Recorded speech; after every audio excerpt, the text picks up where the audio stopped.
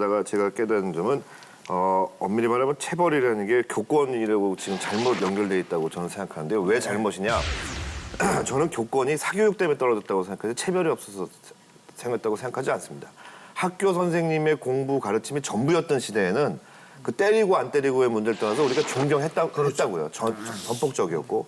그리고 체벌이라는 거 아까 곽승준 교수께서 말씀드린 것처럼 일종의 그 교내 치안인데 그걸 체벌권으로 해서 다시 교사에게 일임한다는 것도 저는 반대예요. 그래서 그리고 최창호 박사님이 아까 그 규격품을 만들자 매 규격품 만들 제가 드러머로서 반대하는 이유가 드럼스틱의 규격이 그렇게 많지 않습니다. 근데 이 치는 소리를 들어보면요, 이 스냅에 따라서 죽을 수도 있어요, 사람.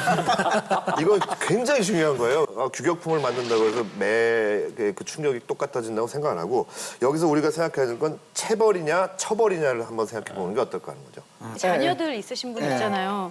손을 대시는지, 그러니까 체벌을 하시는지가 궁금해요. 저는 뭐 5살, 3살인데 3살은 그럴 적이가 아니고 5살은 유치원을 다니니까 여러 공공장소에서 뭘 사달라고 막 그거 할 때 과감하게 그냥 야단을 치고 과감하게 뒤에 커져갖고 차 안으로 확 집어 던지죠. 하지만 안 했어. 그러면 이제 우리 또 집에는 이제 등 긁는 게 있는데 그걸로 다 동생하고 치고받고 싸운다. 5살, 3살이. 그러면 이제 동생은 아직 이해를 못하니까 형은 너 딱 해갖고 너 이렇게 하면은 너도 한번 맞았을 때 어떤 건 고통을 느껴봐라. 하죠. 이범 선생님 자녀들에게는 체벌을 하는지가 궁금한데요. 저희 집은 이제 첫째가 12살, 둘째가 10살, 셋째가 7살, 넷째가 5살인데. 좋으시겠어요? 셋째, 넷째 이제 대학 아니, 저한테 전문금 다 박수 치시면 안 돼요. 지원해준대. 저희 와이프한테 박수 치셔야 돼요.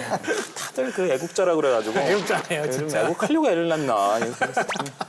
참. 근데 사실 체벌하는 경우는 딱 정해져 있어요, 저희 집은. 저희 집은 권위를 이렇게 발휘할 수 있는 방법은 다양하다고 봐요. 저희 집에서 주로 쓰는 방법은 이제 어디에 가서 벽 보고 서 있기. 심각한 경우에는 이제 격리. 집 밖에 나가 있어라. 심지어는 뭐 좀 가벼운 경우는 이제 방 밖에 나가 있어라. 근데 이제 체벌하는 경우는 딱 정해져 있어요. 어떤 경우냐면 애가 이제 위험한 일을 했을 때. 그렇다면 이제 누구한테 무슨 뭐 종이 쪽지야 뭐 상관없지만 무슨 무거운 물건을 집어던졌다든가 아니면 뭐 핥혔다든가 뭐. 그러면 이제 그때는 이제 돌기를 쳐요. 그러니까 딱 정해져 있어요. 그 룰이. 남에게 상해를 입힐 수 있는 그런 일을 했을 때는 체벌하시네요. 체벌을 하는 거죠. 그렇죠. 근데 지금 이번 선생님 말씀하신 것 중에 애들이 체벌을 직접 많이는 안 하셨지만 심리적으로 더 무서운 게 격리거든요. 아이들 격리 불안해요. 유기공포라는 게 있어서 내가 이렇게 되다 보면 집은 진짜 내가 버려질 수 있다. 라고 하는 공포가 있을 수 있어요. 넌 1분이다, 2분이다. 그게 징역 아니에요? 넌 1년이다, 2년이다.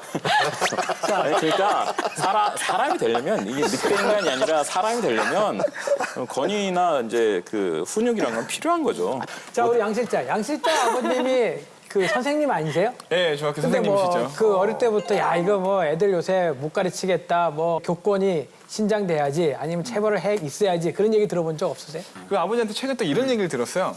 또 오늘 또 얘기를 듣다 보니까 이게 학생과 선생님 문제뿐만이 아니라 약간 부모의 문제도 있지 않을까. 왜냐면은 수련회나 이런 수학여행 갔을 때 누가 다쳤을 때 바로 119에 신고를 하지 않고 옆에 있는 선생님이 동영상을 바로 찍습니다.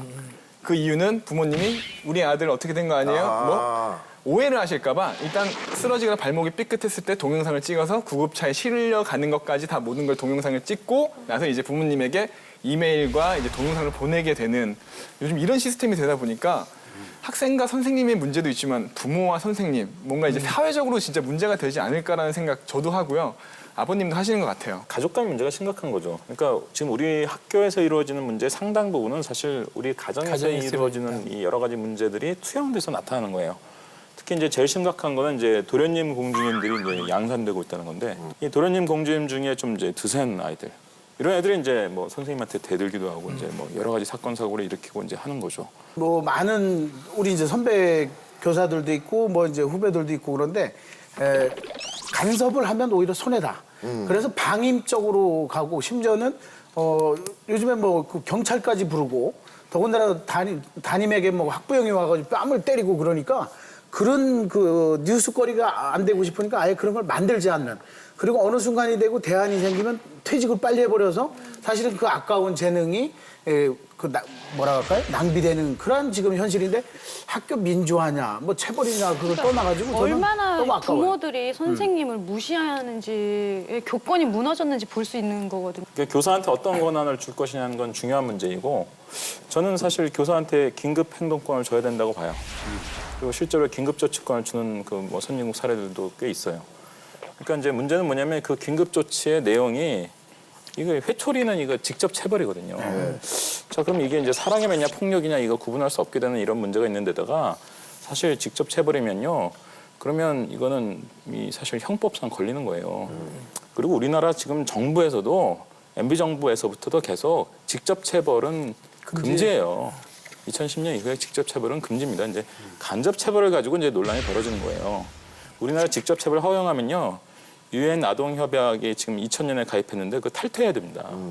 그러니까 간접 체벌이라는 것은 뭐 얼차례 같은 거죠. 그렇죠. 이제 뭐 손 들고 서 있기라든지 손 들고 서 뭐 있기, 등등 꿇어 앉아 뭐. 있으라 그런 그러니까 거죠. 제가 보기에는 뭐 사실 요즘 애들의 특징이 뭐냐면 우리나라가 이제 워낙 이게 힘든 이유가 세계에서 세대 차이가 제일 심해요. 세대 간 갈등 그렇죠. 그렇죠. 워낙 오랜 기간 동안 워낙 고도 성장을 해가지고 우리나라 한 세대 차이는 선진국의 한 두세 세대 차이예요. 그러니까 사실 이제 엄마 아빠가 힘들죠. 왜냐면 이제 애가 사실 자기 아들 딸이 아니라 막 증손자 증손녀고 애들도 힘든 게 자기 엄마 아빠나 선생님이 증조 할머니 증조 할아버지 뻘인 거예요.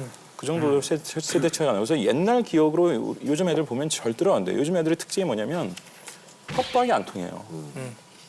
그러니까 아까 이를테면 뭐 선생님 손목을 비틀고 뭐 이런다는 학생들, 뭐 폭력 휘두른다는 학생들, 걔들 이제 뭐 이렇게 체벌로 제압해? 더 맞을 겁니다 아마. 예. 더 대형 사건 나요.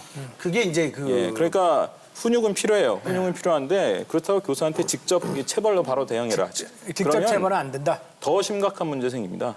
간접 체벌이 좀 모호해요. 근데 간접 체벌 어떻게 좀 더 이렇게 모호한 걸 바꿀 수 있을까? 저 여기서 그냥 여담인데 하나 말씀드리면 제가 고등학교 때 그렇게 말썽을 피우다가 맞아서 개과천선한 게 아니고요. 간접 체벌 때문에 제가 개과천선했거든요.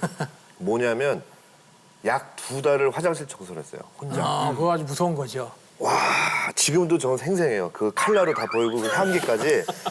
와, 이거는 매는 몸으로 어떻게 버티겠는데 이 진짜 화장실 청소는요. 그리고 화장실 청소하고 있는데 친구들이 들어오면 막 야, 연희야 미안하다 막 이러면서 내가 너무 급해서 이거 안 쓸 수가 없어 그러면 우정 때문에 또 그래 그럼 써라 뭐 이러면서 그 화장실 청소가요. 얼마나 지긋지긋하냐면 식욕이 떨어지고 정말 꿈이 그 분비물들이 막 정말 생생하게 나타나고 혼자 산에 올라가도 냄새가 나요 코에 그 정도인데 이 간접 체벌이 저는 그래서 효과가 있다고 생각해요. 근데 또 한 가지 또 이거 제 경험인데 보통 학교에서 긴급조치권 얘기를 하면 많은 분들이 퇴학시키거나 전학시키자 그러는데 전학이 얼마나 위험한 건지 아십니까? 제가 그 말씀 드리고 싶은 거예요. 저희 학교 때 한번 다른 학교에서 그 준퇴학을 맞고 전학 온 친구가 있었는데 6개월 동안 전쟁이 벌어진 거예요, 이제. 왜냐하면 이 학생이 정말 날려도 나이도 저희보다 많았고 그렇죠. 이거는 우리가 본 적이 없는 괴물이 들어온 거예요. 그 전학생이 오면 이제 그게 거기서 이제 또 학생들 간에 그 누가 짱이냐 그렇죠. 논쟁이 또 그렇죠. 벌어지면서 네. 그러니까 전학은 그쪽 동네에서는 잠깐의 평화할 수도 있는데 이거야말로 풍선 효과가 되거든요. 폭탄 돌리기 네. 이런 얘기하죠. 근데 이제 중학교 같은 경우는 의무교육제이기 때문에 전학을 시킬 수밖에 없어요. 예, 그게 퇴학이 참 문제예요. 금지돼 있습니다. 퇴학이 근데 금지돼 이제 있어요, 중학생은. 우리가 대안학교가 물론 이제 그 어떤 자율이나 창의성 때문에 가는 경우도 있지만 학교 부적응 학생들이 가기도 하거든요. 전학 얘기가 중요한 게 저도 그 얘기를 하려고 했어요. 왜냐하면 이것은 책임 떠넘기기거든요. 폭탄 돌리기거든요. 어디가 그래서 우리 시골로다가 청주에서 전학이 온 거예요. 제가 충청북도인데.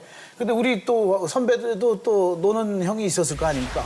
서로 간에 경쟁이 붙었는데 결국은 전학 온 친구가 청주 중앙공원에서 칼 맞아 죽었어요. 그리고 그 형은 또 우리 학교에서 또 칼 맞아 죽었고 결국은 이게 사실은 전학이라고 하는 게 너무 굉장히 무서운 거예요. 그리고 우리는 학교 폭력이 어쩌면 일이 아니고 아유 그 옛날에 심각했죠. 늘 있었던 일이 지금 너무 그러니까 인터넷화되고 전학으로 해결될 문제가 이런 학생들을 전담으로 해서 교육시켜주는 다른 기관이 있어야지 다른 불상사를 일으키고 더 긴장감을 발휘해요.